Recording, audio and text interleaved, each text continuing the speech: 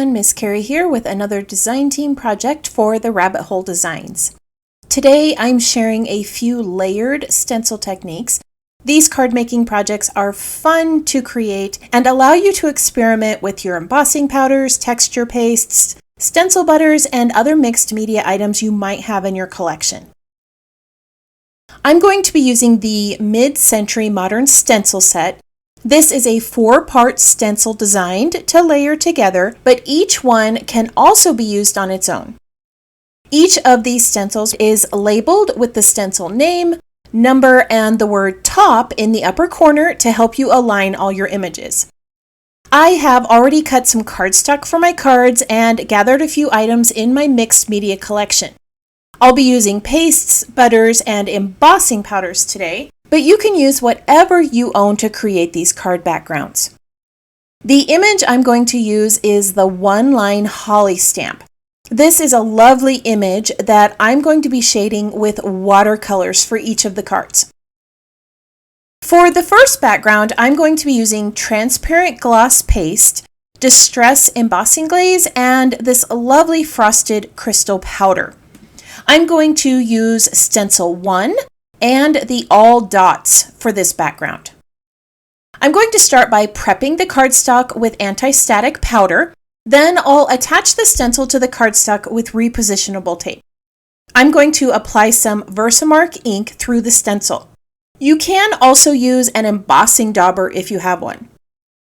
I'm just pressing the ink pad onto the stencil so that I get a really good coverage on the cardstock. Once I have added all of the ink, I'm going to remove the stencil and apply some of the embossing glaze to that ink. Now, if you happen to get a little bit of seepage under the stencil or some excess powder where you don't want it, just use a small paintbrush to remove it. Now I'm going to heat this with a heat tool, and you'll be able to see those lovely tone-on-tone dots appear on the cardstock. Once the powder is set, I'm going to add the snowflake or star images onto the cardstock with transparent gloss paste. Like the glaze, this is going to create another tone-on-tone design with a raised image. After I've applied the paste, I'm going to remove the stencil and sprinkle some of the frosted crystal embossing powder over the top. I'm going to quickly heat this with a heat tool just so that powder is set. I don't want to overheat this because it can cause that glaze to overheat. Once the texture paste has had time to set, it will become transparent and the frosted crystal will form a matte texture over the top. All right, I'm going to set this one aside and wash all of my stencils, and then I'm going to show you how to create the second background. For this one, I'm going to be using embossing powder once again, but I'm going to be using Stencil 2. Again, I'm going to prep my cardstock with anti-static powder, attach the stencil, and use Versamark ink to create the images. After the ink has been applied, I'm going to remove the stencil and sprinkle the cardstock with gold embossing powder, then heat set it with a heat tool. You could also use a tinsel gold embossing powder, which would give you some lovely texture, or you could create those gold dots with gold ink or glitter gel. All of those would create the same color, but give you a different texture and effect. After my gold powder is set, I'm going to use Stencil 3 with opaque texture paste to create the design. I'm going to line up the top corner of the cardstock and attach the stencil with repositionable tape, then I'll apply the paste to the stencil. Now you can see here we have 2 sets of dots on the paper. One is with gold embossing powder and the other is with paste. I'm going to let this dry for a few minutes before I add the snowflakes with texture paste. Again, I'm going to line up my stencil, attach it with tape, and then apply the texture paste to the cardstock. Now, I did want to make sure that those little dots were completely dry. If you try to apply this stencil while the texture paste is wet, it could flatten those little dots or cause them to smear, which would not give you a really great design.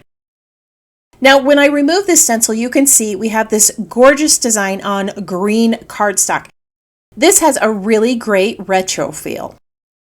All right, I'm going to go wash my stencils again, and then I'm going to show you how to create the third background. For this one, I'm going to be using the All Dots and Stencil 1 with stencil butter and texture paste. I've already attached the stencil to my cardstock, and I'm going to be using a silicone brush to apply turquoise stencil butter over the images. Now, stencil butter does have a little bit different texture than the texture paste. It has a thinner consistency with a deep opaque color. The butter is like modeling paste where it holds its shape, allowing you to create peaks and valleys. For a smoother application, I like using a silicone brush because I can easily smooth out any lines I don't want showing. Now, I did set this aside for about 30 minutes to let that color set because I didn't want to smudge it. And then I used some opaque texture paste and applied the images from Stencil 1, just like I did on the other backgrounds. All right, I'm going to show you how to add a little watercolor to your stamped images. I've gone ahead and stamped and heat embossed these images onto some watercolor cardstock using black embossing powder. And now I'm going to apply color to the images to match my backgrounds. The first holly image is going to be shaded with traditional green color to match that red background. I have painted some water onto the image so that I can do what is called a wet on wet technique. As I drop the pigment onto the holly leaf, the water is going to help it flow across the image. While that first layer of pigment dries, I'm going to add a layer of blue-green to the second holly leaf. This is going to match that blue background we created. The last set of leaves is going to be a craft color, which I know is non-traditional, but it's going to look lovely with that green and gold background. Now that the first layer of pigment has dried, I'm going to add a second layer of color to these images. This is going to add just a little bit more detail to the leaves and create some shadows on the images. Now, I do have a few videos on my channel showing how to use watercolors. This is something that is newer to me. When our children were little, I painted with acrylics, but then I took a break as life got busy. A few years ago, I started playing with watercolors, and it has taken me a little bit of time to get used to that free-flowing nature of the pigment. I'm still learning new techniques every time I use watercolors, and I really do enjoy sharing what I learn with you. Now, I am going through this rather quickly, and I'm skipping over quite a bit of the watercoloring, but you can see here that I am adding quite a bit of shading and highlights to the leaves. I'm going to go ahead and go off camera and add some colors to the berries, just like I did the leaves, and then I'll show you how to assemble the cards. You can see here that I finished adding color and I've trimmed those holly images down. On the green holly, I shaded the berries red and added some yellow. The brown holly bundle has gold and copper berries, and the teal holly has a soft purple shade. I've also stamped a second holly image here with a sentiment. I trimmed this down to the line so that I could layer another holly over it with some foam dots. I have also trimmed down those backgrounds I created to fit an A2 size card, and I've started assembling the cards. I've started with that tone-on-tone red card first. I adhered this onto a green background, and I'm going to be layering the white piece at the base, and then I'll be placing that holly image over the top on some foam tape. I am going to tuck a loop of silver thread behind the holly. This is just a sewing thread that I have in my collection, but you can use whatever you have to create a little thread bundle. On each of the snowflakes, I also am going to add a clear glitter gem. Now that the first card is complete, I'm going to work on the one with the green background.